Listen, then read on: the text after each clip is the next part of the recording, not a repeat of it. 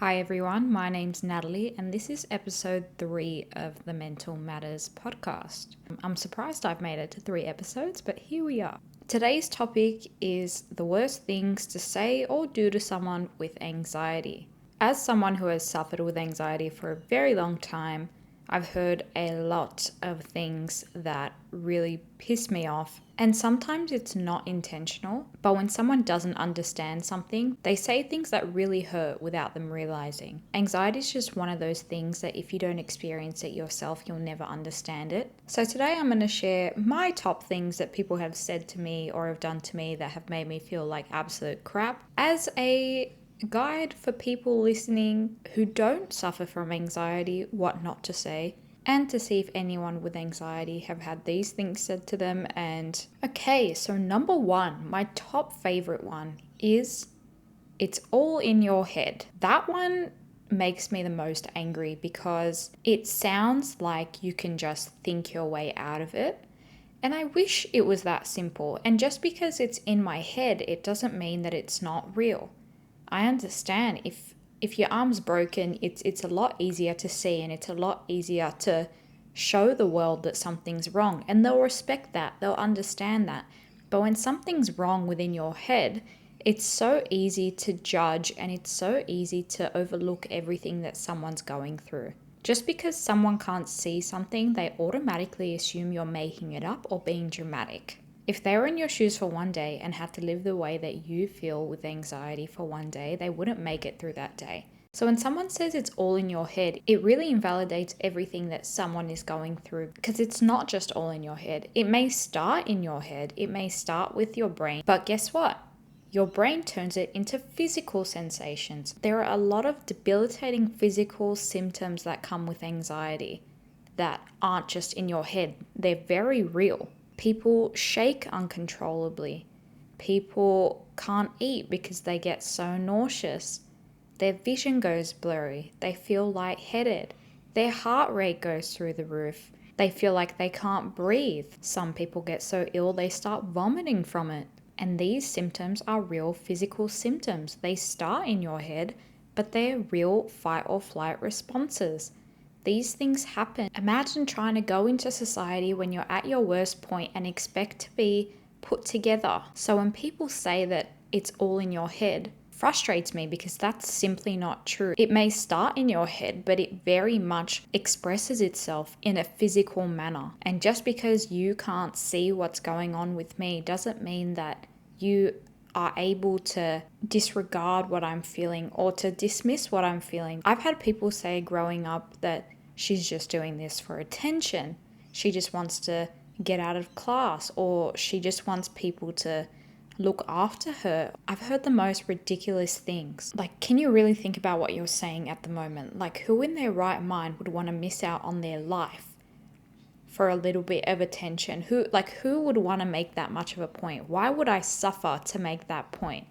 It just infuriates me because it's simply not the case. And that's the thing about mental health, is when they say it's all in your head, they think you're just lazy, or they think you want attention and that you're not willing to put in the work. But if anyone that hadn't dealt with mental health in their life felt the way that someone with chronic anxiety or extreme anxiety has felt for one day, they would not last, because they simply would think they were having a heart attack. They would think they were dying. They wouldn't know what to do. So in no way, shape or form is it fair to say that it's just in your head, because it's not. It's a very real thing. Number 2, I've had men literally tell me that they could fix me. I'm not kidding. That has actually been said to me on multiple occasions, and it's the most infuriating thing I've ever heard. When I was talking to a guy and I was telling him about this issue I've been dealing with for a while, and how I said that I'm not interested in finding a partner because I haven't been able to overcome my challenges, and I don't want to find a partner until I can feel comfortable myself, which I think is a very fair thing to say. And his response was along the lines that he could help me, like he could fix me, he could put the pieces that I couldn't. And I just laughed. I laughed, but I was so angry because What do you think you can do that I haven't tried myself? What is so special about you, my Prince Charming, that I haven't done myself? I just found it so laughable because they were so serious. And I was like, firstly, you're not going to fix anything. You don't have that power. Secondly, don't ever say that to anyone again because that's just yuck. Like, I don't understand how that came out of your mouth. And a relationship is not about fixing someone, firstly. You only want to get into a relationship with someone that is whole on their own. It just felt very medieval and just, I don't even know how to explain it. It just felt so demeaning to everything I have been through, and that you think that you're going to solve the issue that I've spent over a decade and thousands and thousands of dollars trying to solve. But no, you're that one thing that I'm missing that's just gonna heal me. And that makes me so angry. Like, this is not a fairy tale, this is my life. So don't say stupid things that are going to make me angry. Otherwise, this is not going to work well for you. So anyone who says that to you, like, I can fix you, run. Run away fast, because that is not going to happen. It makes my skin crawl just thinking about it. Okay, so number 3 is a bit of a controversial one. Number 3 is when someone says, your faith isn't strong enough, or have you tried going to church? I'm a Christian and I have faith, and I have been a Christian since I was born. But there's something about that doesn't sit well with me. I don't know how to say this without sounding like a bad Christian. But obviously I'm human, and my levels of faith increase and decrease as my life goes on when things arise. And when challenges arise, it really puts my faith in a rocky spot. But when you say to someone that has been struggling for a long time that their problem is that they're not believing enough, or because they haven't gone to church enough, it just makes it seem like if you do these things, then God's automatically going to fix you and grant you all your wishes, when that's not the case. Like, I believe that faith and having those comforts of going to church and having passages from the Bible that you resonate with and that keeps you going is a great thing. But for some people like myself who struggle in times of these long-term challenges, like, I'm not talking about, over a little single blip in my life will I start debating my faith. But when you've been suffering for as long, say, as I've been suffering, you tend to doubt sometimes, and you tend to say, well, why hasn't he healed me if I've been a believer? Why has he put me in this position that I have to suffer? And people's response to this is that God gives his hardest challenges to his bravest soldiers, but I don't want to be his brave soldier. I just want to live my life. And that's what some people don't seem to understand, is that I don't want to be this project that has to fight and fight and fight. I just want to feel good.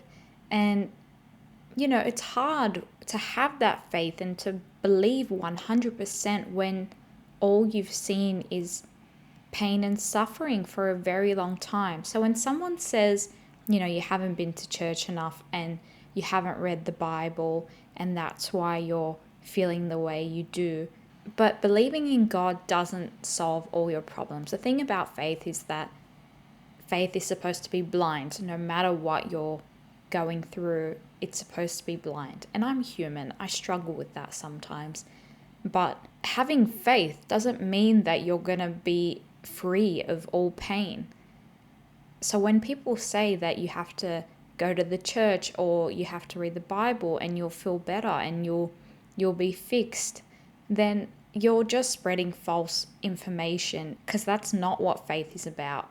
It may truly give you, the will to keep fighting. I 100% believe that, but to But to allude that your problem is basically you being punished because you're not going to church or you're not reading the Bible is something that does not sit well with me at all. I don't believe you should only turn to faith because you have a problem and you want it fixed. Because if you say that kind of thing, you're just setting someone up for failure, because that is not what faith and that's not what Christianity is. It's basically just blind faith and like blind love to God. And that comes with not expecting things in return. So when you say to someone that they're just not Christian enough and that's why they're suffering, that tells me a lot about your faith. Anyway, I hope I've said that in a way that doesn't offend anyone and that isn't like controversial, because that's just the way I feel. I just feel like you can't tell someone that their lack of attendance at church is the reason for their suffering. That's just something I don't agree with. Okay, number 4 is, well, you look fine. When I tell someone that I'm having a panic attack or I need to leave because I don't feel good. I have worked my entire life to be able to mask my anxiety. I have worked so hard to learn to put on a face that doesn't scream, help, I'm dying, I'm panicking. So, do you know what? To you, I should look fine because that means I'm doing my job right. So when someone says, you look fine to me, so what's the problem? It's really inconsiderate, first of all, because I'm trying not to make a big deal out of it for my sake and for everyone around me's sake. I'm trying to get myself out of there as discreetly as possible, to not draw attention to myself and to not take the attention away from others. I'm just trying to get out of there. So when you start fighting me on how I'm feeling and saying, oh, but you look fine, that frustrates me because you're making it a bigger deal. And then dare I argue about it and say, well, I don't feel fine. Then they start saying things like you're being dramatic or you're making a big deal out of this, or starting to get people involved or make me explain to them what I'm feeling and then saying you're bringing the mood down. Well, it's like I tried to get out of there without causing a fuss, but their lack of consideration and again, making the mental health issue not an issue until something shows physically is part of the problem. Anyone that has suffered with anxiety for a long time has learned to put a smile on their face even when they don't feel good. And we do that for the people around us so we don't make them uncomfortable. So when you actively try to pull down that facade we're putting up for your sake, it's just degrading for us. It's like, I'm not asking for your permission. I may look fine, but I'm not asking for your approval or your consent to leave. I'm telling you, so don't argue about it. I need to leave before I make a scene. Do you want me to cause a scene, have a panic attack in front of all these people, and then you'll see that I don't look fine anymore? The goal is not to get to that stage for me and for you. So by keeping me there and by questioning me and probing me and invalidating me and just, like basically not letting me leave until you're satisfied that I look ill enough is stupid. Personally, stupid. Dumb. End story. Number 5. Another thing is comparing one's anxiety to someone else's. Anxiety shows in different ways through different people, and levels of anxiety differ, and what bothers some may not trigger others.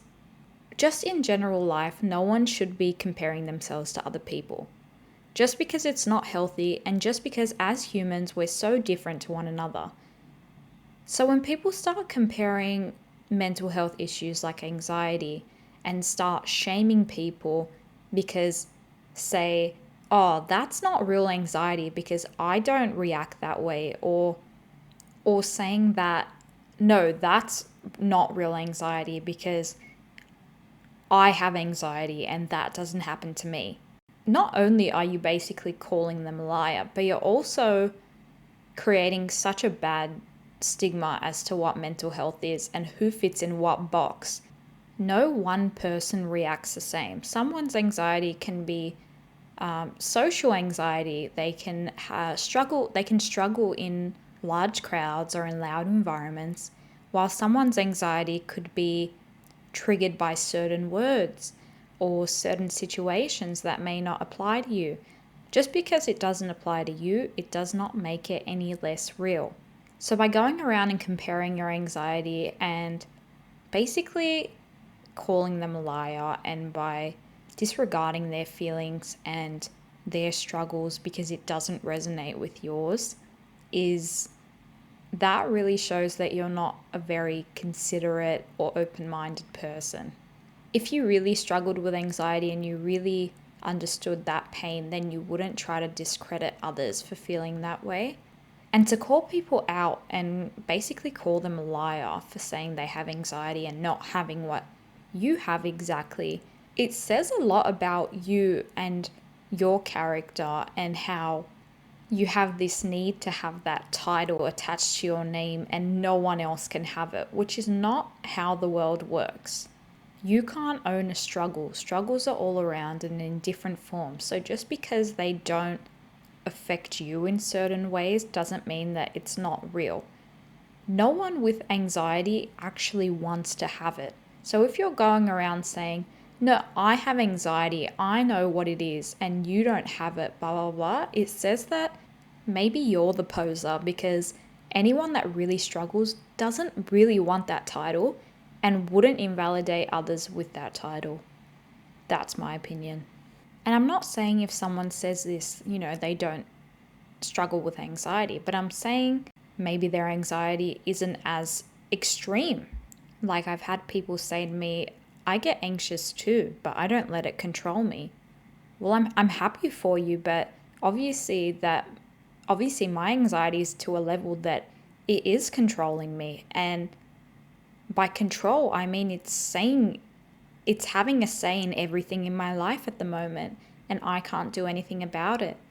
So I'm happy for you that yours doesn't seem to be controlling you, but mine's obviously at a level that is not bearable at the moment. So instead of kicking people down because you think they're weak because they're not fighting hard enough, just take a minute and step back and put yourself in their shoes and really think about what you say. Because the world does not revolve just around you, and everyone struggles in different ways. And the day we put ourselves in everyone's shoes and really think about that and not judge, but try to understand, is the day the world will be a better place. And those are some of the things that just don't sit right with me when people say them to me. Again, this is not bashing anyone that has said these things to me or to other people. They could be said with the most purest of intentions, but it's just something to think about next time you're exposed to a situation where you have to interact with someone having a bad day with their mental health. Knowledge is power, so it's good to know some things coming from someone that has struggled with these things. I hope some people that have listened to this can find some comfort that they're not the only one that have had terrible things said to them and inconsiderate things said to them.